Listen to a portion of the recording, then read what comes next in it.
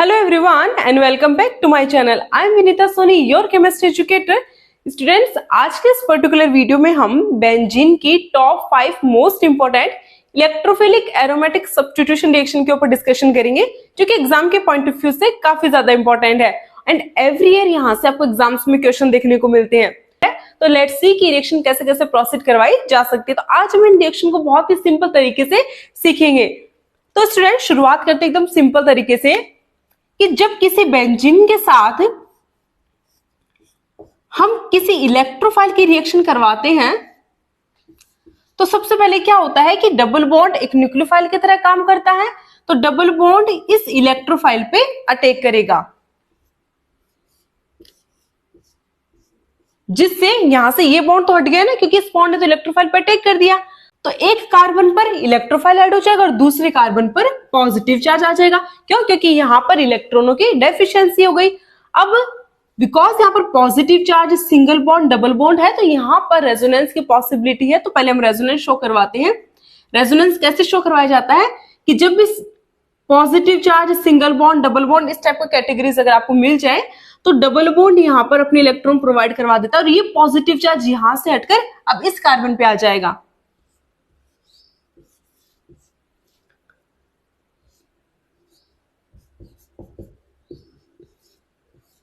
और जब भी हम रेजोनेंस करवाते हैं तो उसे हमेशा डबल हेडेड एरो से शो किया जाता है. अभी भी रेजोनेंस की पॉसिबिलिटी है ना, positive charge single bond double bond. तो नेक्स्ट स्टेप में वापस से ये बॉन्ड यहां पर शिफ्ट होगा और ये पॉजिटिव चार्ज अब यहां से इस वाले कार्बन पे शिफ्ट हो जाएगा.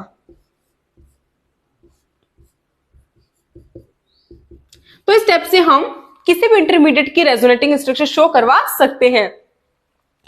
तो ये थी इसकी रेजोनेटिंग स्ट्रक्चर. तो सबसे पहले क्या हुआ कि बेंजीन पर इलेक्ट्रोफाइल का एडिशन हुआ, जिससे ये इंटरमीडिएट बना. बिकॉज यहां पर बेंजीन के पास हर कार्बन के पास हाइड्रोजन प्रेजेंट होते हैं, तो ये हाइड्रोजन अपना इलेक्ट्रॉन यहां पर प्रोवाइड करवाकर फाइनल प्रोडक्ट का फॉर्मेशन कर देगा. और इस प्रकार से हमें बेंजीन से एक इलेक्ट्रोफिलिक यानी इलेक्ट्रोफाइल से जुड़ी हुई benzene as a final product हमें मिल जाएगी. तो ये होती है बेंजीन की इलेक्ट्रोफिलिक सब्स्टिट्यूशन रिएक्शन. ये इसकी मैकेनिज्म है. अब इलेक्ट्रोफाइल चाहे कोई भी हो, आपको यही मैकेनिज्म यहाँ पे शो करवानी है. अब इलेक्ट्रोफाइल क्या क्या हो सकता है? इलेक्ट्रोफाइल नाइट्रोनियम आयन हो सकता है, इलेक्ट्रोफाइल सल्फोनियम आयन हो सकता है, इलेक्ट्रोफाइल मिथाइल कैटायन हो सकता है, या फिर असाइल कैटायन हो सकता है, या कोई भी halogen cation for example Cl positive या फिर Br पॉजिटिव भी हो सकता है. तो लेट्स सी कि ये इलेक्ट्रोफाइल कैसे जनरेट होते हैं और किस टाइप के प्रोडक्ट का फॉर्मेशन करते हैं. चलिए, बेंजीन की इलेक्ट्रोफिलिक सब्स्टिट्यूशन रिएक्शन में हम सबसे पहले देखते हैं नाइट्रेशन ऑफ बेंजीन, यानी बेंजीन पर नाइट्रो ग्रुप का ऐड होना. तो सबसे पहले कंडीशन ये आती है कि यहाँ पर इलेक्ट्रोफाइल, तो हमें पता चल गया कि यहाँ पर इलेक्ट्रोफाइल नाइट्रोनियम आयन बनेगा, लेकिन ये बनता कैसे है वो देखते हैं. तो इसके लिए हम रिएजेंट काम में लेते हैं HNO3 एंड H2SO4 का मिक्सचर. सो स्टूडेंट, सबसे पहले स्टेप में क्या होगा कि इलेक्ट्रोफाइल का जनरेशन होगा. तो नाइट्रेशन रिएक्शन करवाने के लिए हम जो रिएजेंट काम में लेते हैं वो है H2SO4 प्लस HNO3. इस मिक्सचर को हम काम में लेते हैं. तो जब सल्फ्यूरिक एसिड और नाइट्रिक एसिड HNO3 को ऐड किया जाता है, तो एज यू नो कि सल्फ्यूरिक एसिड स्ट्रॉन्ग एसिड है, H प्लस डोनेट करने की कैपेबिलिटी रखता है, और HNO3 में यहाँ पर OH ग्रुप प्रेजेंट है जिसके पास लोन पेयर ऑफ इलेक्ट्रॉन है. तो ये लोन पेयर ऑफ इलेक्ट्रॉन यहाँ पर सल्फ्यूरिक एसिड से इस H पॉजिटिव को गेन करेंगे और यहां से HSO4 माइनस को रिमूव कर देंगे. तो हमारे पास यहाँ पर कुछ इस प्रकार से एक मॉलिक्यूल बन जाएगा, यानी इस ऑक्सीजन के साथ एक हाइड्रोजन और ऐड हो गया. तो यहाँ पर एक हाइड्रोजन था, एक हाइड्रोजन और आ गया, तो OH2 पॉजिटिव बन गया. ये अब हमने प्रीवियस वीडियोस में बात की थी कि OH तो अच्छा लिविंग ग्रुप नहीं होता, लेकिन अगर कहीं पर OH2 पॉजिटिव ग्रुप प्रेजेंट है तो वो एक अच्छा लिविंग ग्रुप है, वो रिएक्शन से बाहर निकल जाएगा. तो यहां से ये ग्रुप बाहर रिमूव हो जाएगा और हमारे पास बन जाएगा NO2 पॉजिटिव, इसको बोलते हैं नाइट्रोनियम आयन। यह एक इलेक्ट्रोफाइल की तरह काम करता है। अब ये इलेक्ट्रोफाइल जो कि नाइट्रोनियम आयन है, जब इसकी रिएक्शन हम बेंजीन के साथ करवाएंगे तो मैकेनिज्म बार बार करवाने की जरूरत नहीं है, सेम मैकेनिज्म है। आपको सिंपल शॉर्ट ट्रिक ध्यान में रखनी है कि बेंजीन के एक कार्बन के साथ इस NO2 को यानी इस इलेक्ट्रोफाइल को ऐड कर दो। तो जब बेंजीन की रिएक्शन हम सल्फ्यूरिक एसिड प्लस HNO3 के साथ करवाते हैं तो इससे हमें, तो यहां पर nitronium ion as a electrophile काम करता है और ये इलेक्ट्रोफाइल बेंजीन के साथ जुड़कर नाइट्रोबेंजीन का फॉर्मेशन करता है। इसी रिएक्शन को हम नाइट्रेशन ऑफ बेंजीन कहते हैं। सिंपल सी रिएक्शन थी, सिंपल तरीके से देखिए। आई होप आप समझ रहे हैं। बात करते हैं नेक्स्ट रिएक्शन की। तो ठीक इसी प्रकार सेकंड रिएक्शन है सल्फोनेशन ऑफ बेंजीन। हमने ये तो देख लिया कि कैसे हम बेंजीन के साथ नाइट्रो ग्रुप को ऐड करके नाइट्रोबेंजीन बना सकते हैं। अब हम देखेंगे कि बेंजीन के साथ हम ऐसे कौन से ग्रुप को ऐड करें कि यहां पर सल्फोबेंजीन बन जाए। तो इसके लिए हम रिएजेंट काम में लेते हैं fuming H2SO4, fuming sulphuric acid. Fuming sulphuric acid किसको कहते हैं? जब हम H2SO4 यानी सल्फ्यूरिक एसिड के अंदर SO3 को मिला देते हैं तो इसे हम कहते हैं, तो इसे हम फ्यूमिंग सल्फ्यूरिक एसिड कहते हैं। फिर से सुन लीजिए, एक तो होता है नॉर्मल सल्फ्यूरिक एसिड कंसंट्रेट, एक होता है फ्यूमिंग सल्फ्यूरिक एसिड। फ्यूमिंग का मतलब होता है कि जब हम सल्फ्यूरिक एसिड में SO3 को ऐड कर देते हैं तो इस प्रकार के मिक्सचर को हम बोलते हैं फ्यूमिंग सल्फ्यूरिक एसिड। अब ये रिएक्शन कैसे होगी? एज यू नो कि सल्फर और ऑक्सीजन में ऑक्सीजन की इलेक्ट्रोनेगेटिविटी ज्यादा है, तो जिसकी इलेक्ट्रोनेगेटिविटी ज्यादा वो ऑलवेज पॉजिटिव वाले को या फिर बॉन्ड के इलेक्ट्रॉन को गेन करना चाहेगा। तो यहां पर H एसिड है, H प्लस डोनेट करेगा, उस H पॉजिटिव को कौन एब्स्ट्रैक्ट कर लेगा, कौन ले लेगा? ये O नेगेटिव यानी ये ऑक्सीजन। तो यहां से ये बॉन्ड ऑक्सीजन पे शिफ्ट होकर HSO4 माइनस तो बाहर निकल जाएगा और हमारे पास क्या बन जाएगा? S के साथ कितने ऑक्सीजन जुड़े हुए हैं? 3। और इस एक ऑक्सीजन के साथ क्या जुड़ गया? हाइड्रोजन, जिसकी वजह से सल्फर से बॉन्ड उठकर गया ना यहाँ पर, तो सल्फर पे कैसा चार्ज आ गया? इलेक्ट्रॉनों की कमी होने के कारण पॉजिटिव चार्ज या फिर एक्स्ट्रा बॉन्ड बनने के कारण। तो आप इसको शॉर्ट में SO3H पॉजिटिव भी लिख सकते हैं। तो ये तो बन गया हमारा इलेक्ट्रोफाइल। कौन सी रिएक्शन के लिए? सल्फोनेशन के लिए। सिंपल सा याद रखो, नाइट्रेशन रिएक्शन करवानी है बेंजीन की, तो बेंजीन तो आपको रिएक्टेंट के रूप में लेना ही है। यहां पर आप रिएजेंट के रूप में काम में लेंगे H2SO4 को और HNO3 को। रिएक्शन कैसे होगी वो हमने देख ली, मैकेनिज्म हम देख चुके हैं। लेकिन अगर आपको सल्फोनेशन ऑफ बेंजीन करवाना है यानी बेंजीन की सल्फोनेशन रिएक्शन करवानी है तो उसके लिए भी रिएक्टेंट तो सेम ही है कि बेंजीन लेनी है आपको, लेकिन यहां पर हम रिएजेंट कौन सा काम में लेंगे?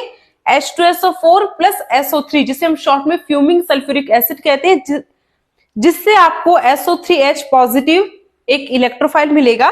तो जब हम इस इलेक्ट्रोफाइल की रिएक्शन बेंजीन के साथ करवाएंगे, सेम काम करना है, कुछ नहीं, बस एक बेंजीन के किसी एक कार्बन पर आपको ये इस इलेक्ट्रोफाइल को ऐड कर देना है। तो ये हमने यहां पर इस इलेक्ट्रोफाइल को ऐड कर दिया। पहले ये बेंजीन थी, लेकिन जैसे बेंजीन के साथ SO3H यानी सल्फोनियम आयन जुड़ गया, अब ये बन गई सल्फोबेंजीन। इसको बोलेंगे सल्फोबेंजीन। तो ओवरऑल इस रिएक्शन को हम बोलते हैं sulphonation of benzene. I hope ये दोनों रिएक्शन जो कि बहुत ज्यादा इंपॉर्टेंट आपको समझ में आ गई होंगी।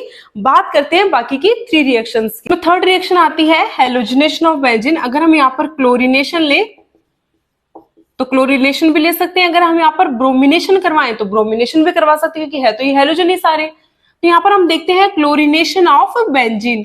तो सबसे पहले देखते हैं कि इस रिएक्शन में इलेक्ट्रोफाइल क्या बनेगा। तो जैसा कि नाम से पता चल रहा है, क्लोरीनेशन का मतलब क्लोरोनियम, दैट मीन्स यहाँ पर क्लोरोनियम आयन जो है वो एक इलेक्ट्रोफाइल की तरह काम करेगा। अब ये इलेक्ट्रोफाइल बनेगा कैसे? तो इस रिएक्शन में हम जो रिएजेंट काम में लेते हैं वो होता है लुईस एसिड। यहाँ पर हम एनहाइड्रस AlCl3 यानी एल्यूमिनियम ट्राइक्लोराइड भी काम में ले सकते हैं, या फिर यहाँ पर हम FeCl3 भी काम में ले सकते हैं। दोनों ही लुईस एसिड की तरह काम करते हैं। सो जब हम Cl2 की रिएक्शन यानी Cl2 के साथ FeCl3 की रिएक्शन करवाते हैं तो FeCl3 फिर FeCl3 एक लुईस एसिड है। लुईस एसिड का काम होता है इलेक्ट्रॉन पेयर को एक्सेप्ट करना, और हेलोजेंस के पास तो इलेक्ट्रॉन पेयर होते ही हैं। तो ये लुईस एसिड क्या करेगा कि यहां से इस क्लोरीन के इलेक्ट्रॉन को अपनी तरफ अट्रैक्ट करेगा, जिससे इस बॉन्ड के इलेक्ट्रॉन इस क्लोरीन पे शिफ्ट हो जाएंगे। तो यहां से ये क्लोरीन तो इनके साथ ऐड हो गया और क्या बन गया FeCl4 नेगेटिव, और इस क्लोरीन पर पॉजिटिव चार्ज आ गया। तो जब किसी स्पीशीज पर पॉजिटिव चार्ज आ रहा है दैट मींस वो किसकी तरह एक्ट करेगी, इलेक्ट्रोफाइल की तरह।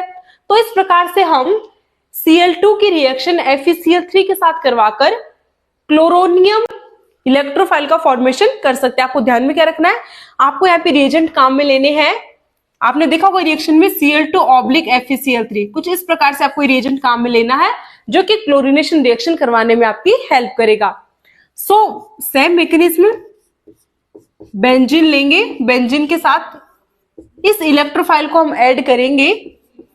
तो सिंपल सा काम है, किसी एक कार्बन पर आपको इस इलेक्ट्रोफाइल को ऐड कर देना है। पहले बेंजीन थी, जैसे ही बेंजीन की रिएक्शन हमने Cl2 के साथ FeCl3 की प्रेजेंस में करवाई तो Cl पॉजिटिव एक इलेक्ट्रोफाइल बना।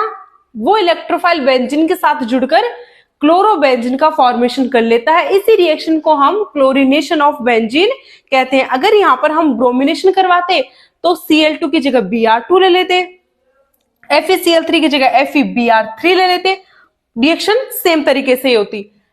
इसमें 4 आती है Friedel craft alkylation. Friedel craft alkylation, Friedel Crafts acylation, दोनों ही रिएक्शन बहुत ज्यादा इंपॉर्टेंट है, तो इस रिएक्शन को ध्यान से देखना। अब देखो रिएक्टेंट तो सभी को पता है कि बेंजीन लेंगे हम, यहाँ पे बात आती है रिएजेंट की कि रिएजेंट क्या लेंगे और बनने वाला इलेक्ट्रोफाइल क्या बनेगा। फ्रीडल क्राफ्ट एल्काइलेशन में हम, एल्काइल का मतलब होता है alkyl group, that means CH3 या C2H5 यानी methyl group, ethyl group etcetera. तो ये तो कंफर्म हो गया कि यहां पर जो इलेक्ट्रोफाइल बनेगा वो आपको ध्यान रखना है कि एल्काइल कैटायन बनेगा। जरूरी नहीं कि CH3 पॉजिटिव हो, कोई भी एल्काइल कैटायन हो सकता है। तो अब ये जनरेट कैसे होगा, जब हम किसी भी एल्किल हैलाइड की रिएक्शन, वही सेम प्रोसीजर है, लुईस एसिड के साथ या फिर एनहाइड्रस यानी निर्जल AlCl3 के साथ करवाते हैं तो लुईस एसिड का काम होता है इलेक्ट्रॉन पेयर को एक्सेप्ट करना। तो यहां से ये क्लोरीन के इलेक्ट्रॉन पेयर को एक्सेप्ट करेंगे, यहां से बॉन्ड ब्रेक होगा, बॉन्ड के इलेक्ट्रॉन क्लोरीन के पास चले जाएंगे, तो इस CH3 पे तो पॉजिटिव चार्ज आ जाएगा और साथ में FeCl4 नेगेटिव बन जाएगा। अगर यहाँ पर AlCl3 लोगे तो यहाँ पर AlCl4 नेगेटिव बन जाएगा, बट रिएक्शन सेम तरीके से होगी। तो हमें इलेक्ट्रोफाइल मिल गया CH3 पॉजिटिव, जरूरी नहीं यहाँ पे CH3 पॉजिटिव हो, फिर से सुन लीजिए, यहाँ पर CH3 की जगह आप कोई भी अल्काइल ग्रुप काम में ले सकते हैं। तो रिएक्शन सेम ही तरीके से प्रोसीड होगी। जब हम बेंजीन के साथ इस इलेक्ट्रोफाइल की रिएक्शन करवाएंगे तो ये इलेक्ट्रोफाइल बेंजीन की किसी पोजीशन पे जाके ऐड हो जाएगा और इस प्रकार से हमें मिथाइल बेंजीन मिल जाएगा। इसको हम टोलुइन भी कह सकते हैं। जब बेंजीन के साथ CH3 ग्रुप अटैच्ड होता है तो उसे आप मिथाइल बेंजीन भी बोलते हैं और उसी को आप टोलुइन भी कहते हैं। जब हम बेंजीन की रिएक्शन एल्किल हैलाइड के साथ एनहाइड्रस AlCl3 के प्रेजेंस में करवाते हैं तो इस रिएक्शन में हमें एल्किल कैटायन एक इलेक्ट्रोफाइल की तरह मिलता है और ये एल्किल कैटायन बेंजीन के साथ रिएक्ट करके बेंजीन के साथ ऐड होकर टोलुइन का फॉर्मेशन करता है या फिर एल्काइल बेंजीन का फॉर्मेशन करता है। इसी रिएक्शन को हम फ्रीडल क्राफ्ट एल्काइलेशन रिएक्शन कहते हैं। देखते हैं आज की last reaction which is Friedel craft acylation. ठीक उसी प्रकार से फ्रीडल क्राफ्ट असाइलेशन रिएक्शन होती है। फर्क क्या होता है कि असाइलेशन रिएक्शन में हमें इलेक्ट्रोफाइल के रूप में असाइल कैटायन मिलता है। असाइल कैटायन क्या होता है चलिए देखते हैं। तो जब हम किसी भी असाइल हैलाइड की रिएक्शन, जरूरी नहीं यहाँ पर हम यही ले CH3 ले, यहाँ पर कोई भी अल्काइल ग्रुप हो सकता है, तो जब हम एसिटाइल हैलाइड, इसको बोलते हैं एसिटाइल हैलाइड, इस ग्रुप को एसिटाइल ग्रुप बोलेंगे, ये हेलोजन है मतलब क्लोरीन है तो उसको बोल देंगे एसिटाइल क्लोराइड। तो जब हम किसी भी एसिटाइल हैलाइड की रिएक्शन एनहाइड्रस, वही लुईस एसिड काम में ले लो आप, तो AlCl3 के प्रेजेंस में करवाएंगे तो ये AlCl3 यहां से क्लोरीन के इलेक्ट्रॉनों को अपनी तरफ खींचेगा, जिससे ये बॉन्ड टूट जाएगा और क्लोरीन इलेक्ट्रॉन लेकर यहां से रिमूव हो जाएगा, तो AlCl4 नेगेटिव बन जाएगा और साथ में CH3C डबल बॉन्ड O इस कार्बन पे पॉजिटिव चार्ज आ जाएगा। तो ये बन गया हमारा एसाइल कैटायन, जो कि इलेक्ट्रोफाइल की तरह काम कर रहा है। अब इस इलेक्ट्रोफाइल की रिएक्शन जब हम बेंजीन के साथ करवाएंगे तो ये इलेक्ट्रोफाइल बेंजीन के साथ जुड़कर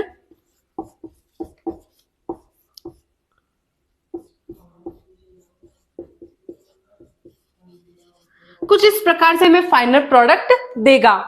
तो इस प्रकार स्टूडेंट्स, जब हम बेंजीन की रिएक्शन एसाइल हैलाइड के साथ एनहाइड्रस AlCl3 के प्रेजेंस में करवाते हैं तो यहाँ पर हमें एसाइल कैटायन इलेक्ट्रोफाइल के रूप में मिलता है और ये एसाइल कैटायन बेंजीन के साथ ऐड करके हमें फाइनल प्रोडक्ट का फॉर्मेशन देता है। इस रिएक्शन को हम फ्रीडल क्राफ्ट एसाइलेशन रिएक्शन कहते हैं।